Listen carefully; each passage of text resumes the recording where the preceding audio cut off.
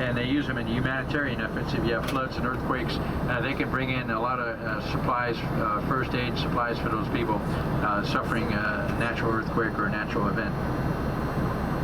Back to the left, the F-101 Voodoo. The Voodoo is the first 1,000-mile-an-hour interceptor for Air Defense Command. Actually, it got up to about 1,200 miles an hour. They wanted it to be at least 1,000 because the bomb might go off on one of those Russian bombers in a World War III situation. We wanted that event to happen well away from our coastal population, which is why we needed high speed. And they have a chase fighter that would also chase that missile all the way to impact. And in order for the chase fighter to see the launching platform very clearly and not have a midair, they painted yellow and red to make it very visible. Back to the left now, the F-106, the Delta Dart, which is the last true interceptor for Air Defense Command. A Mach 2 interceptor with highly sophisticated electronic gear on board that counted electronic jammers on board the Soviet bomber fleet. And this aircraft so advanced that if a World War III situation arose where the pilot was disabled by enemy fire from the Russian bombers, the ground controller in the radar site could actually fly the aircraft and the final maneuvers of the intercept on that Russian bomber to complete the intercept flying the aircraft from the radar site. Move about a foot or so above where it is now, reference the rest of the aircraft. By pitching the wings up, then the pilot carried more of a nose-down attitude on the rest of his aircraft, and then therefore give himself better visibility of the carrier landing deck. Carrier landing on those tricky parts of Navy pilot's flight, especially with a 1,000-mile-an-hour aircraft. Now we have another look at the F-16. As I said before, these are A's, and the B models have some of them we saw earlier with a double seat. The Air Force is now flying C models of the aircraft. You notice the wing tank and belly tank giving the aircraft extended time in the air, and this is probably a workhorse for the Air Force in Iraq and Afghanistan present day. Back to the right, now we have a navigator trainer T-43. The old We also took the same airplane, made a high altitude version of it called the WB-57 with longer wings and extra engines, and this would go at high altitude gathering air samples from other countries' nuclear events. There's also a reconnaissance version of this called the RB-57 flying at very high altitude over North Vietnam, taking pictures of targets there. If you look at the distance from the left wing tip to the right wing tip in the WB-57, that's approximately the same distance flown by Orville and Wilbur Wright on the first three missions on December 17, 1903.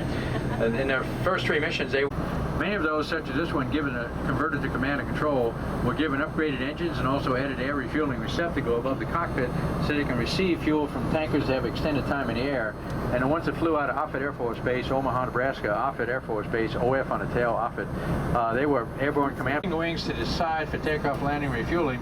Also, it can fly with the wings in the back for high speed. Also, if they want to fly real low, say 200 feet to avoid enemy radar, they can dial in 200 feet in the forward-looking rate feet above the ground.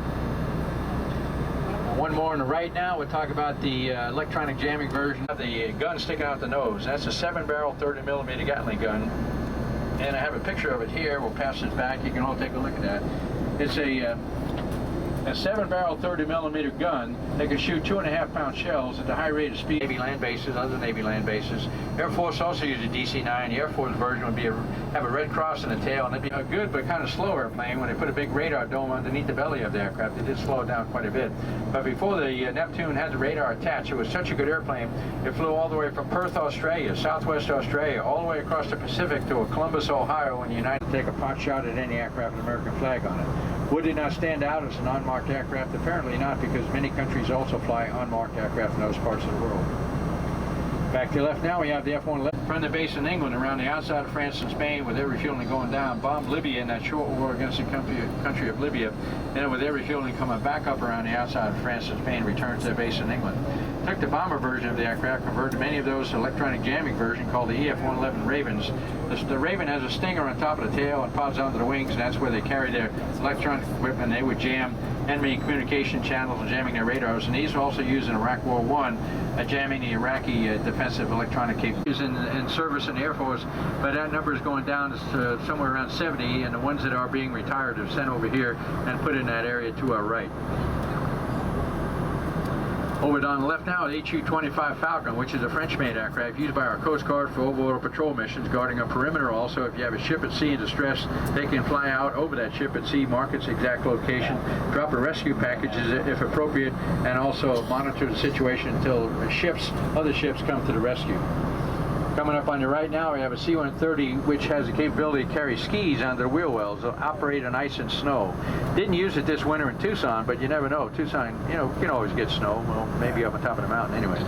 Anyway, there's a woman scientist in a scientific site deep into the South Pole, came down with severe breast cancer, had to get out of there for immediate treatment, and she knew exactly what her problem was because she was a medical doctor. Trouble was, it was the middle of South Pole winter and ground transportation was flat, not available. So the new equipment come into that receiver just in front of the tail to enhance our capability to gather our information. Missiles that could be launched from, say, Iraq and Afghanistan. Iran, and placed by the FA-18 Hornets, which we'll see in the second part of our run. On your left now, we have the first passenger-carrying version of the Boeing 727 airliner.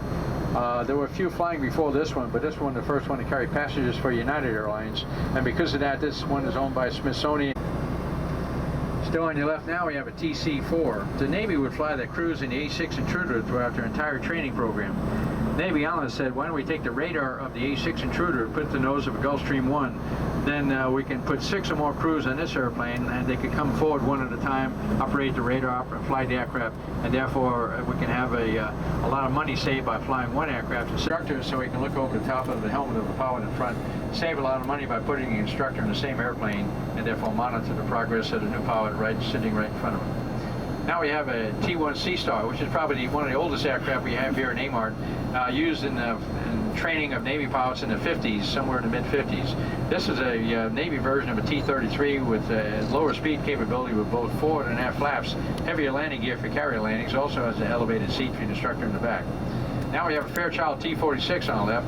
Since the T-37 had a contract, was flying with the Air Force pilot training for several years. When Fairchild came out with their 46, said that a better trainer demanded a fly-off from the Air Force. The Air Force gave them that fly-off. The only trouble was the T-46 came in second, the T-37 came in first, so only a few of the T-46s were built. They did not beat out the T-37, and nice try but no cigar for Fairchild. One more to the left now, we talk about the T-38. This is the second half of Air Force pilot training, which is a supersonic aircraft, allowing the student pilot line fighters after graduation. Astronauts in the space program also fly T-38 as a proficiency aircraft, and you can see this aircraft is is used up in Beale, the one right here with the black paint, used up in Beale. Up in front is pilot and co-pilot, standard load for a crew on a bomber aircraft. But right behind them sits 2 weapon systems operator. One sits in a seat called the electronic offensive operator seat. The other sits in a seat called electronic defensive operator seat. And they do all the work earlier crew members only electronically. And the ones to our right and the ones